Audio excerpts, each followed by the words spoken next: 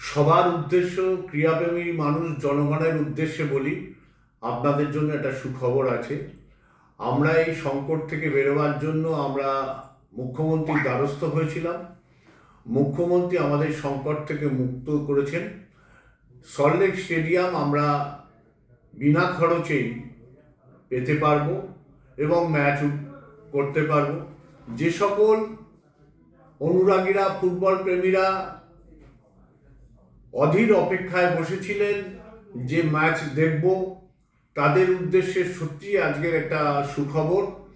আমরা তাদের কাছে অনুরোধ করি, দলে দলে এসে ক্লাবকে, টিমকে সমর্থন করুন, টিমকে উজ্জীবিত করুন এবং পাশাপাশি আমরা কোম্পানির কাছেও এই আবেদন রেখেছি যাতে মাননীয় মুখ্যমন্ত্রীর যে পদক্ষেপ তাকে সম্মান জানিয়ে যেন আগামী দিনে সল্টলেক স্টেডিয়ামে ম্যাচ হয়।